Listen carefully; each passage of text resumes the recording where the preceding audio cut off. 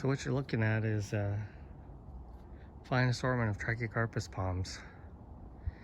And the two bigger ones directly in front are very different looking forms of Fortunae. And I have actually four species in here.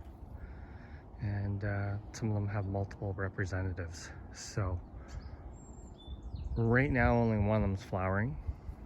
The other one's, it's getting close to when I may start to see some more of these flowering, and you know, all of these Trachycarpus palms, they easily hybridize with one another. They're closely related.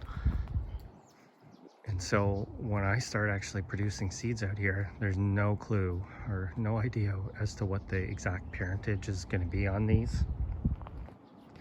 The only time you'll maybe be able to tell is if they have some waggy in them. So I have two Fortunae. I actually have a lot of Fortunae back here, but these are probably the two of the bigger ones. I have a small waggy that I grew from quite a small little seedling. He's getting a bit of a trunk on him, or her.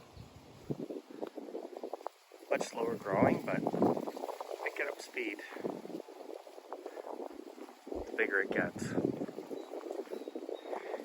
And down here, although I don't think this one will be flowering for many years, this is a true Trachycarpus tequil. I have a regular Fortunae that has always been a lighter color, and I would say it's on the slower end of the growth rate spectrum. Then I have my big one, or one of my big ones, which has very dark green leaves, a lot of 360 fronds on it, and it likes to hold on to its fronds from top to bottom.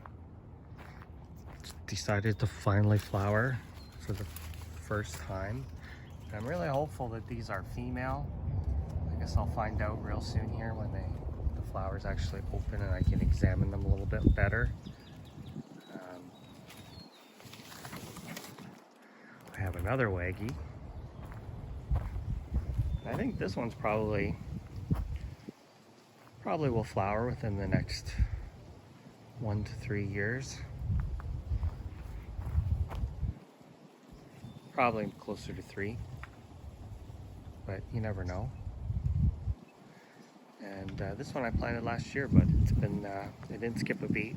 It had a very large root ball. It was actually in a crate, 24-inch crate box when I bought it. So when I stuck it in the ground, it had a massive root ball.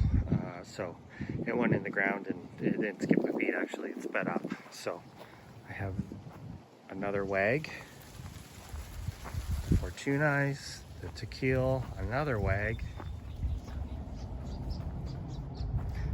And I have species number 4.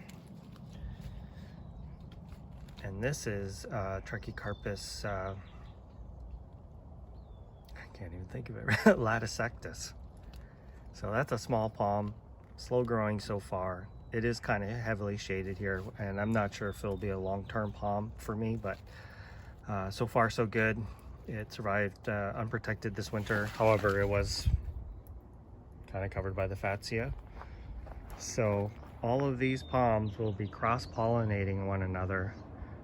So all I can say is that I'll have Trachycarpus palms, and most likely mutts. You can kind of see one over the fence there. That one's not flowering, but 20 feet in front of that I have a big triple male, or 3 male palms flowering. So a lot of Trachycarpus palms in my yard, and kind of down behind this house in front of me here, 2 yards down, there's some pretty big palms down there too. So get a lot of cross-pollination. I guess it'll be Heinz 57s.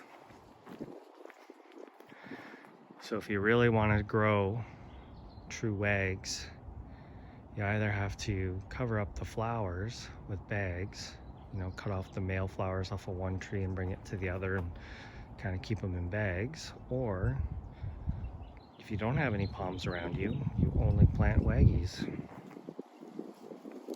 So when I do start to grow the seeds out, the waggy traits are kind of recognizable, but the rest, like the tequil and the latisectus, maybe not so. So we'll see how it goes. That's a few years down the line, but it will be interesting. Thanks for watching.